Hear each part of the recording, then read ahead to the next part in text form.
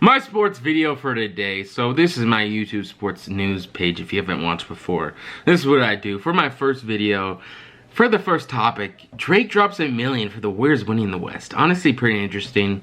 Honestly, I don't think that's that good of a move. I feel like the Suns will probably more likely win it. Or maybe the Grizzlies. I could even see the Grizzlies be more likely to win it. Honestly, it's not that good of a pick. And I don't think Drake shouldn't have took that bet. Honestly, not that good of a bet. But what do you think? Comment down below.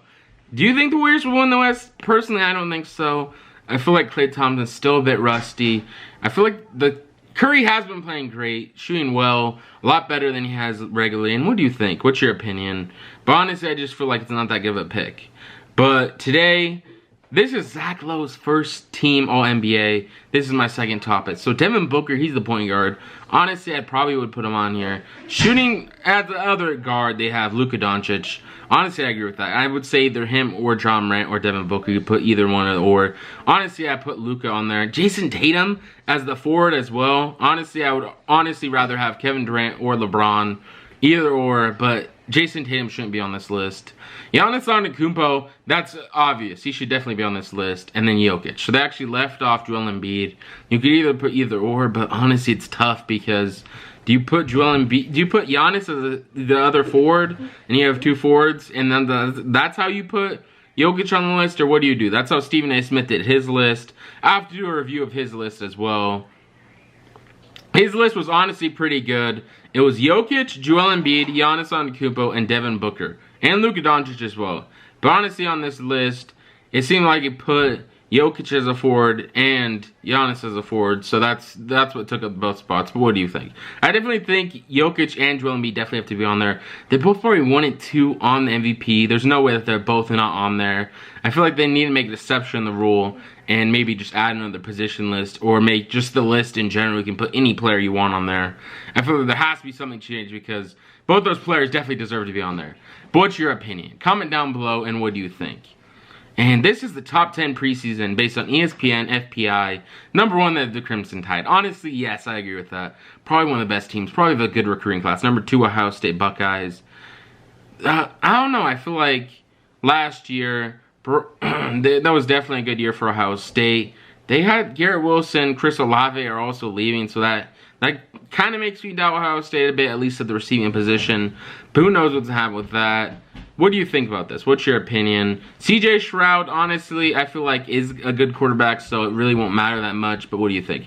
Number 3, Georgia Bulldogs. You have, I don't know, I feel like Georgia Bulldogs, I feel like their defensive players are leaving. I don't know if Dalvin Cook's brother, James Cook, is also leaving as well, so I don't know if I'd put him that high. But what do you think?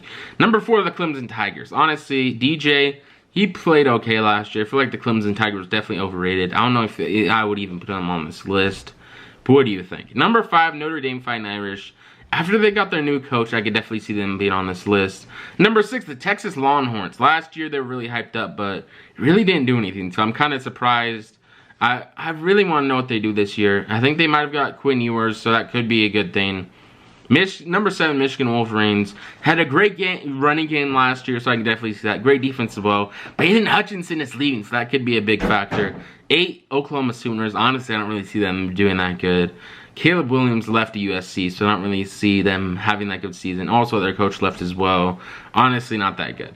9, Pittsburgh Panthers. Honestly, they must have forgot Kenny Pickett's gone, so I don't really know if I put them at top 10. And number 10, the Auburn Tigers. But what do you think? What's your opinion? And here's each team's percentage to win go the college football playoff.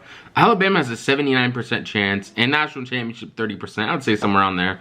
Ohio State's college football playoff chance is 82%, higher than Alabama's. Honestly, really kind of surprising. I figured it would be lower, but the national championship chance is only 27%. And then Georgia, you have their national championship chance is 74%, that's their college football playoff. The national championship is 23%. And Clemson, 59% to 11 national championship chance. Notre Dame, college football playoff chance is 18%. National championship chance is 2%. Honestly, it's really not that surprising. It feels like some of the time their competition isn't really comparable. Playing out of conference really does. If you lose to a lot of other teams, it really puts you down instead of someone who's in a conference like the ACC or SEC. But what do you think? Texas, college football playoff chance is 21%. National championship chance, 2%. Honestly, there's some big news in college football in general. But here's the most likely college football playoff combination. So according to All-State Playoff Predictor, combo chance of Alabama, Clemson, Georgia, Ohio State is 20%. And here's another combination. This is 5%. Alabama, Georgia, Ohio State, and Texas. Alabama, Georgia, Notre Dame, Ohio State is 4%. Alabama, Clemson, Ohio State, Texas, 3%. And Clemson, Georgia, Ohio State, and Texas is 3%. So it seems like Clemson is outright favorite in here. Honestly, I don't really know about Clemson. I feel like DJs definitely have a better season than they did last year. But is he really gonna? Do you think he's gonna live up and take the Clemson Tigers to a championship, or what do you think? Do you think he's gonna have a bounce back year? What do you think? Comment down below. And I found this on CBS Sports just now. Highest passing rating in a single season, minimum 50 attempts. 149.0 for Josh Allen 2020 season. And then 146.4, 1989 Joe Montana. Honestly, an MVP season. And being compared to Joe Montana is a no small feat. Definitely good right there. And then Bart Starr for the Packers was the original pretty much go to the Packers. 135.6, 1966 Bart Starr. Honestly, that's an impressive list to be on. And then most sacks by a team. This is also CBS Sports since 2000. So the Steelers have 986. The Eagles have 913. The Rams have 912. And the Packers have 881. Honestly, those are really tough defenses to face. Really good defenses right now as well. I feel like the Eagles have kind of waned over the years. But what do you think? And here's the Seahawks mock draft. So Malik Willis, number 9. I could definitely see that happening. But I saw in most mock drafts, Todd McShay's actually had Malik Willis going, surprisingly, the Panthers, which honestly I don't really know. But what do you think? I could definitely see either or happening. What's your opinion on this? And what do you think is going to happen with Malik Willis in general? What pick do you think he's going to go at? And who's going to take him? Honestly, and then Daniel Filet at number 40, offensive tackle Minnesota. They definitely need offensive tackle for that running game. I think they might have to take a running back, but Rashad Penny was very impressive when he was healthy. Arnold Ebert, number 41, edge Penn State. Honestly, I don't know too much about him. Martin Emerson, number 72, Mississippi State. Honestly, looks like a pretty overall good draft class for the Seahawks this year. And it seems like, I feel like, they need to target quarterback first overall. I feel like their first pick needs to be a quarterback, or at least someone who can really help them win. But what do you think? This is what Dan Orlovsky had to say about Garrett Wilson. He says he thinks he's the next Devontae Adams. Definitely high praise there.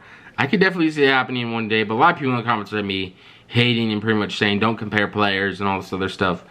They've compared players for a long time, and they would really, why would they stop doing it? It really makes no sense not to. I get like maybe they one day might not have a chance, but every great player was compared to someone else. Like, it's really not that bad of a thing, but what do you think? And this is what Steph Curry, this is what he said after LeBron said he would really want to play with LeBron. After LeBron said he really wanted to play with Steph Curry. Obviously, there's a courtesy, like, what would that be like?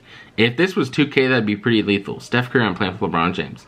If that was real life, that'd be pretty lethal. They'd probably be one of the best teams in the NBA. And as well, 2K, you'd have a monster team. LeBron and Steph Curry on the same team. Definitely a good team. Someone needs to do a simulation of that. Put them on the same team. Definitely going to be a good outcome. And honestly, a lot of good sports stories happening. Big games yet tomorrow, but what do you think? What's your opinion on all the big games? So, Kevin Durant, today, in 2010, KD became the first youngest scorer champion ever at 21 years old. He is 30.1, and honestly, that was very impressive. I think he's around 4 scoring titles. He's second most behind Jordan. Honestly, not that surprising. Definitely an all-time great scorer, but what do you think? Honestly, I want to talk to you guys about some of the stuff I've been thinking about doing lately. So I've actually been thinking or maybe planning out. I've been doing my videos, if you follow me on TikTok, I've been doing like some sports betting picks. I kind of want to start doing that more on here, but comment down below if you want me to do that. Honestly, I kind of want to make some sort of business out of selling picks to people. But I don't know, what do you think would be a good price margin once I start building and following up more? Honestly, I'd probably say around like $5 or $10 a month, somewhere on there. Like, I feel like some people are charging ridiculous amounts. Like, honestly, like $200 a week and shit, or $70 a week. You should never pay that much for sports betting picks. It's outrageous. If I ever did that, anything like that, you should call me out. I never charge more than $5 or $10. Honestly, not worth it. You're not making enough money back from them to be paying that much. Like, it's literally a scam. The highest sports betting, like, picks, people don't even sell their picks. They pretty much just keep them for themselves. And they're usually around 58%. But what do you think? Should I start doing this, or what do you think? Comment down below. And this is Jaden. Goodbye.